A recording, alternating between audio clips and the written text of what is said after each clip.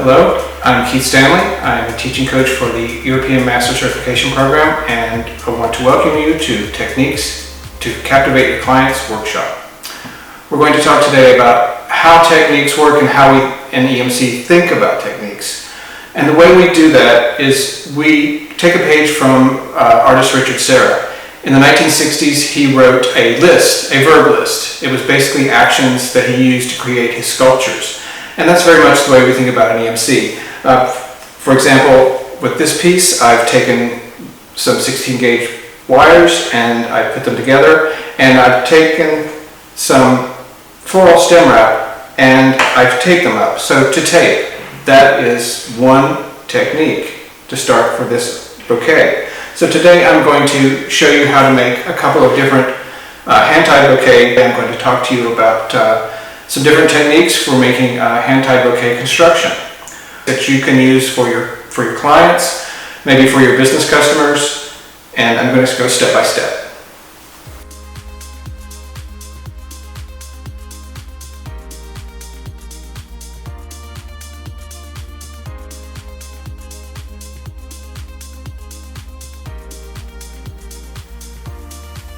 So now that you've cut your pieces out, I have these pieces.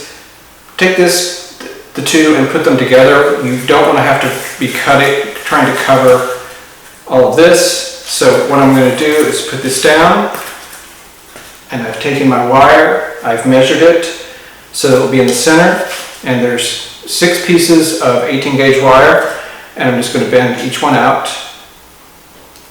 in position. And then we're going to place them here in the center and use another technique to glue. So I have my glue gun going.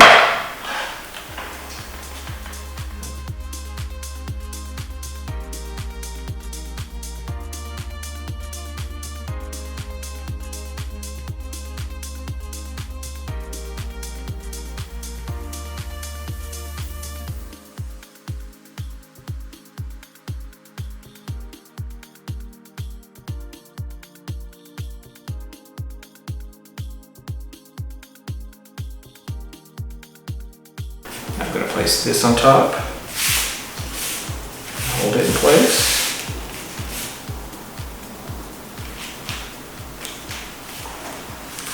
And once that's done, you can go ahead and start to apply the paper. So we're going to use a Japanese paper. The paper I'm going to use, this is Ogura. It's a Japanese washi paper. It has all these little holes in it, and it tears very easily. So this is another technique to tear. What we're going to do is we're going to tear pieces off to glue. And what I love about this is it kind of feathers at the end, so when you put it in, it's going to give this nice feathery texture to it. So I'm going to put this here. And then we're just going to start gluing.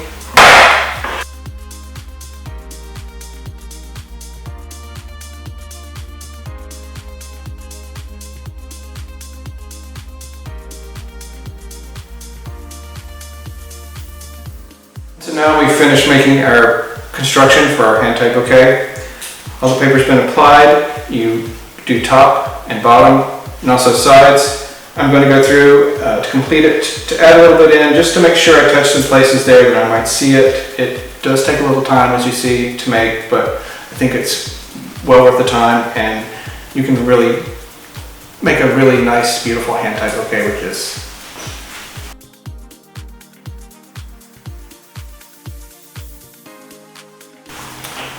So now I'm going to teach you the second construction. I've made this out of wire and also flat black Medellino. Very easy to make, just takes a little time to practice. I'm starting with 12 18 gauge wires. They're pre-wrapped already. You can buy them this way, but they don't have to be wrapped. And I've taped this up to maybe 5 inches from the bottom. What we're going to start doing is taking 2 at a time. I'm going to bend it down, and then I'm going to do this. This is our next technique to twist. Then I'm going to go 1, 2, 3. Go very quickly when you twist. Don't twist slowly. If you start twisting slowly, the wires are going to start to separate.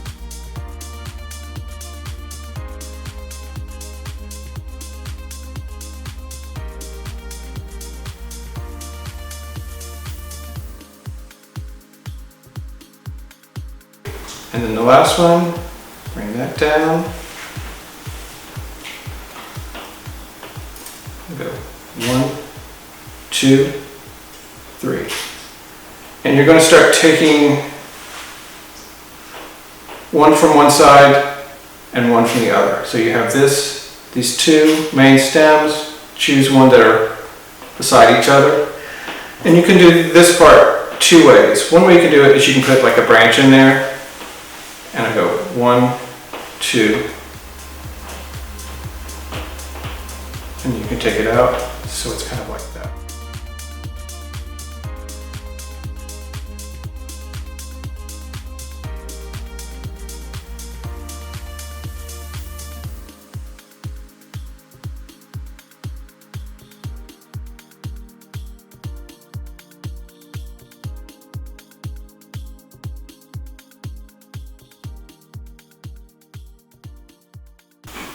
And the last one here at the bottom. In 1, 2.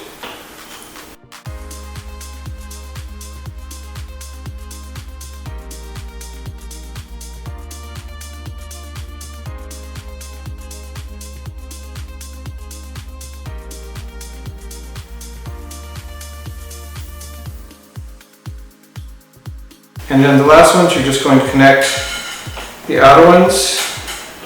1, 2. Here. 1, 2. 1, 2. 1, 2. So now you have this.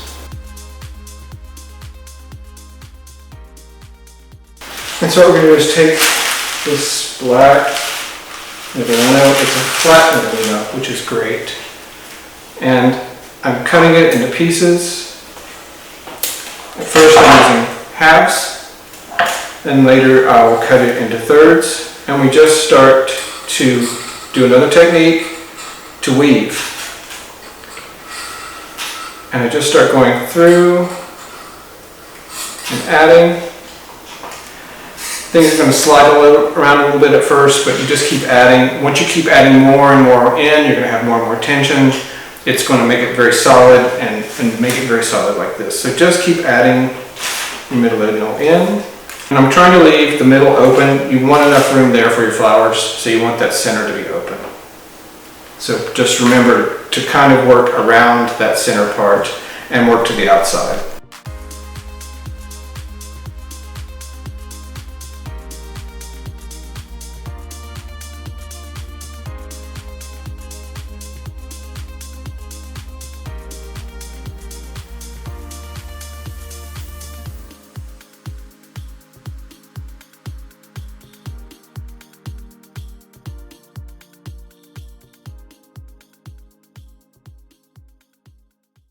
Hello and welcome to Techniques to Captivate Your Clients workshop.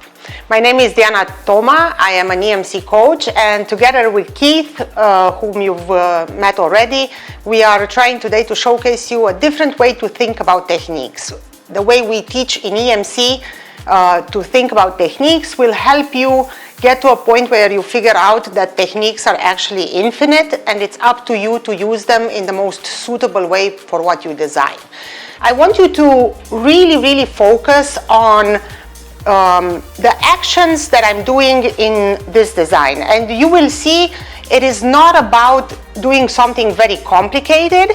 It's things that everybody does, like if you have a retail shop or you do often events even, you are very familiar actually with these techniques. But the fact that I'm using a combination of simple techniques is what's allowing me to focus myself on all the other elements that come into play when you want to design something different. So we're going to focus on color, on proportion, of all of the things that influence the visual impact of the design. So this is an inspiration piece, as in not to copy it necessarily, but it's rather I want you to focus on the techniques that I am doing. And as I am doing these techniques, I would like to challenge you to take a piece of paper and a pen and try to write down the techniques, the actions that I'm executing while I'm doing this design, and then in the Q&A session after the video we can discuss them, and we can see how each of you maybe saw that with different eyes, and how one technique can become very complex. So as I've said, we're going to focus now on creating this wreath, but what I did beforehand is I have worked on my concept. I've put down a sketch of my wreath. I'm not very good with drawing, so I try to keep my sketches to the bare minimum, like shape and a little bit of lines. And then most of the times I use the computer to build up a little bit my sketches towards the concept that I want to get to. And the reason why I'm asking you for this video to focus on the techniques and really try to write down what are the actions that I'm making is because we will discuss then later in the Q&A also about the possibilities of using this method of seeing techniques to implement them to scale, but not necessarily as a dimension like for a very big event, but to scale as in numbers, like for instance for a retail shop in Christmas time. So I already know, as you've seen in the sketch, that I'm going to have 3 lines that I want to place here. So I'm going to use these sticks for that. And as you've seen in the sketch, the lines are a little bit parallel, but I've chosen a material that actually is not really helping me with the parallel lines because, as you can see, they're pretty crooked. I'm going to focus on trying to place them as parallel as possible from one angle, from the front view, but I know the fact that the branches are already like this is going to give me a little bit of dimension. And I'm just going to cut them and insert them into the Oasis foam. It's just to give it a little bit more asymmetrical display to the overall design, and I am just respecting my sketch. So at this point, if you design with a concept in mind and you already know where you want to get, it's much easier to just create the piece instead of thinking every time what you want to do with your materials. So I had my branches on the table, but I already knew I'm going to place them as in 3 horizontal lines asymmetrically. And then I'm going to start with my main greenery, which is the most resilient one. And this is something to consider when you take into account a simple technique is, okay, if I start with the most resilient green, this is something that most florists who work in retail shops are familiar with, is like you first do the green, right? So it's an interesting topic to discuss about, like what are the benefits of doing the green first and how much in advance can you do it, right? So I'm going to start to give the shape of the design with the green.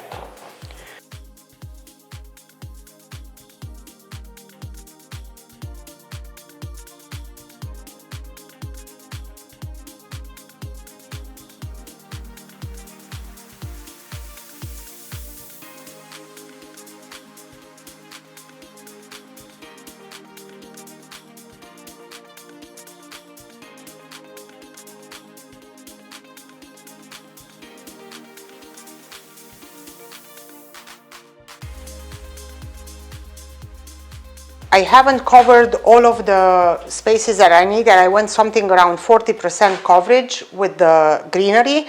And the reason I did that is because I know I'm going to be adding more and more material, so I don't want to overcrowd the ring. And also the greenery, you have to take that into account. The greenery uses up water.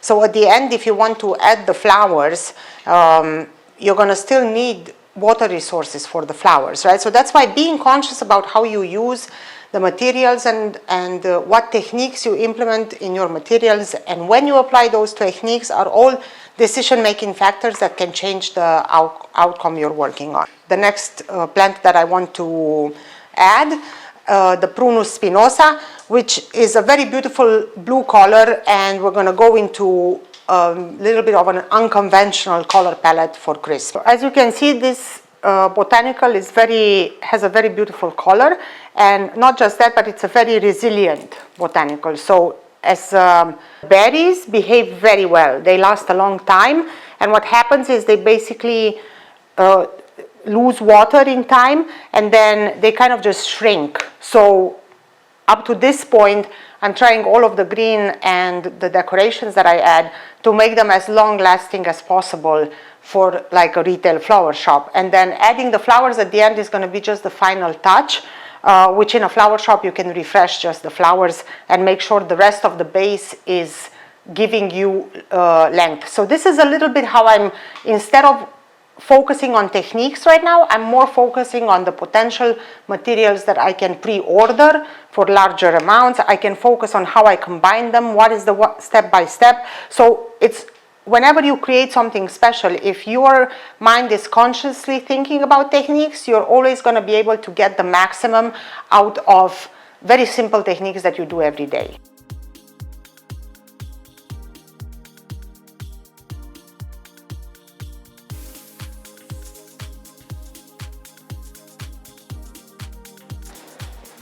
So as you can see, I am advancing with the berries, and I'm keeping to my initial sketch. I know where I have to place them. I don't have to think about it too much. But in the meanwhile, what I am doing is I'm thinking about the techniques. I'm consciously thinking about what I'm doing. So not just what I'm doing, but the question is, what can I do with that technique to make it easier for me next time? And the trick to do that is to actually go back to what we in EMC teach on day one, is to consider what are your W's. So in this case, I am creating a piece actually to execute this video. It's not a piece that I am going to sell anywhere. That means the time I'm investing into pruning these little leaves off makes sense in a way, and I can afford to take that time. Does this work in a real situation of like a very crowded and active flower shop? No, it doesn't make sense. That's why in EMC we never consider that there is a best technique, but there is a most suitable technique. That's where your brain really starts to work when you think about techniques as actions. This is an action that's taking a bit too much time. Is it making sense for me right now, creating this video for you? Yes, it does. Does it make sense in a crowded flower shop? Maybe not. A simple technique can change itself with the tool you're using. Wire, you're going to need the pliers for the wire. If you're going to cut a flower, you're going to use the knife for the flower, right? And so on. It keeps growing. So the more tools you have in your belt, the more you have to know how to apply them and how to use. Now I am adding the decorations that are clearly bringing this wreath into a Christmas mood. I've taken a color palette that is a little bit avant-garde for this year.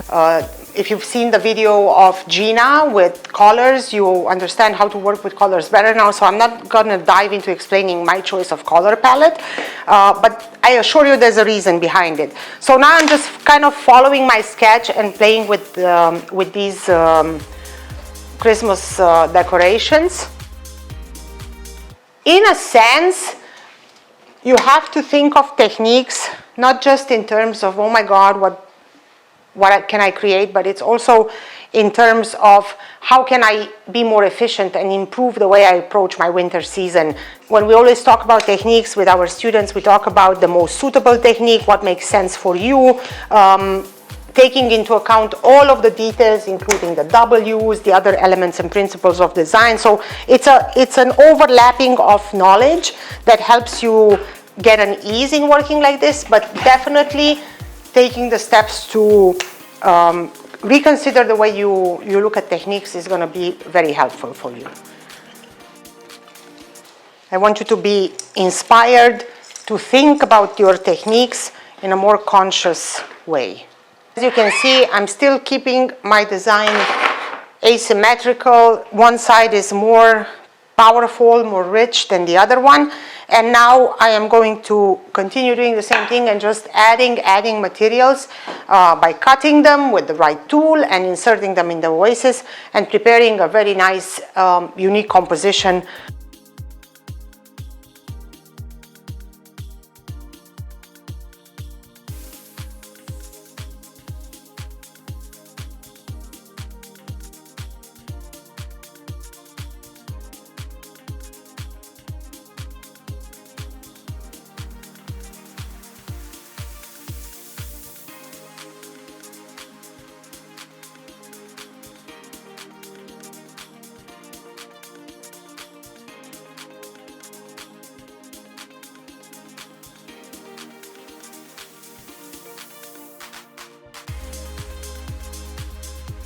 When you really think about techniques from the perspective of them being actions, intentional actions that you make, that's when taking inspiration from workshops or demonstrations or videos or even just simple photos that you see online can trigger out a different way for you to think and to really be able to take inspiration, as in you're going to apply it in your own way, in your own style, that it makes sense for you. Right? So I'm just going to add a bit of a final touch-up with the Coleus plant, which is a beautiful plant. I've cut a few pieces before and I've placed them in water so they can drink a lot, and I'm going to put them in water tubes and just give it a final touch to bring the design a little bit out of the ordinary.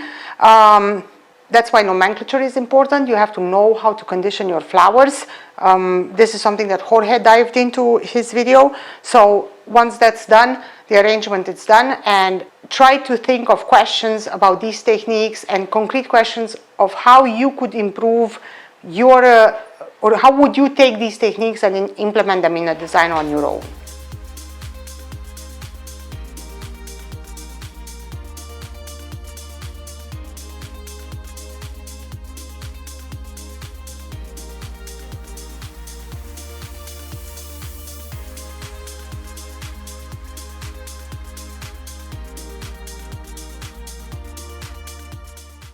Using just one simple technique doesn't necessarily mean you're creating simple things or things that are not full of complexity and such. It's not just about the technique, it's about the way you play with elements and principles of design, is the way you play with texture and color and duality and so on. So we don't have time here to dig into that, and that's actually it's a whole curriculum in itself, but I do want you to get a glimpse of how a technique can be flexible. When you focus on techniques, you want to focus on actually the verbs that describe the actions that you do in order to identify a little bit what you're doing. So for this piece, I am going to create a placement that doesn't have inspiration necessarily as a piece in itself. I'm going to take the technique to place, right? So to place meaning you place an object on a surface, and the reason I'm taking the technique to place is when I place it, I am being consciously aware of where I'm placing it, like how far away from me, what is the surface that I want to see on top, what is the surface that I want to see on the bottom, and so on. What I'm going to do is I'm going to take all these bricks and I'm going to place them, and the only time that I have to make the decision regarding the technique to place in the case of the bricks is that I'm kind of establishing that there's going to be a space of about 1 inch, 2 centimeters between each bricks, because I already know what's coming on top and I know I need this space. If I would display, for instance, a combination of vases with individual flowers that can be purchased by piece in a flower shop, I would probably consider getting closer with them so that I can create a surface that allows me to put a small vase and have it stay there perfectly. But in my case, I'm going to use again the branches with the blue berries, the prunus that you've seen in the previous video. So I'm going to leave a little bit more space in between the bricks. And now I'm just going to place them.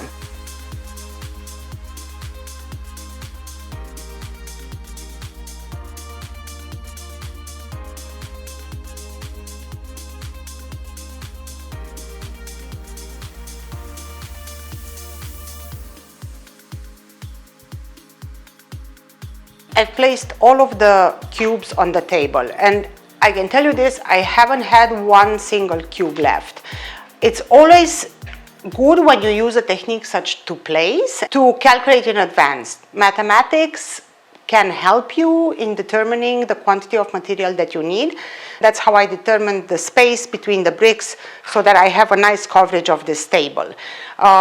So to measure becomes an addition of the technique to place. It gives this technique to place flexibility. My bricks are going to be enhanced with these beautiful branches, and what I am doing is I am again just placing the branches in between the bricks. So in here the placement is no longer pre-calculated because I am working with a botanical material. I kind of want to have like a wider surface that is empty, and I'll explain a little bit later why. And I also want another surface that is fuller with this texture to create that beautiful overlapping. At this point, to place, unlike the bricks, became a much more complex technique because I have to be very aware. Now I kind of have the overall placement, which in, let's say, a situation of a flower shop, this would give me the permission to play, for instance, with, let's say, a repetition or a collection of different vases that you kind of put in. Always integrate one in between, so place one in between the berries so that it doesn't become two separate arrangements, vases here, berries here. So you integrate one or two here, and then you can repeat the same vase with, let's say, a flower in it. This entire installation can sell this bottle with the flower at a much bigger price. Another thing that I can do, for instance, is also to place. I can play with a more winter idea. What I did here, for instance, is I took this and I opened it and I put water in here because they hold water, so I can make a nice floral arrangement. For this arrangement, what I'm doing is I'm using this plant. I've cleaned a little bit the ground, but this plant works with air roots as well, so this design will be behaving very well if I keep spraying it with water. I am using the potential of the material, and I'm simply placing the plants without damaging them and without forcing them, because my branches offer enough surface for me to play. I'm actually playing with the lines from the branches, which are in order and disorder, and then I'm playing with order and disorder lines from the plant itself, which is an opposition because it's static and dynamic. So there's a lot going on behind an arrangement other than technique. Being able to implement actually the bigger concept and the knowledge of elements and principles of design, because that's where the real magic happens. It became a completely different arrangement, again by placing. I've placed also by sometimes piercing just one leaf of the plant and being able to elevate the plants higher. As you've seen, I went in front of the arrangement, so I moved myself. I went around it because I wanted to support the technique to place and place things in the right position. Technique to place has a lot of flexibility, and sometimes when you add another technique to it, it becomes a complex one and it can have a twist and a change. The moment you work with a technique with a certain material, it's generating a result. If you change the material, it can generate another result, and so on and so forth.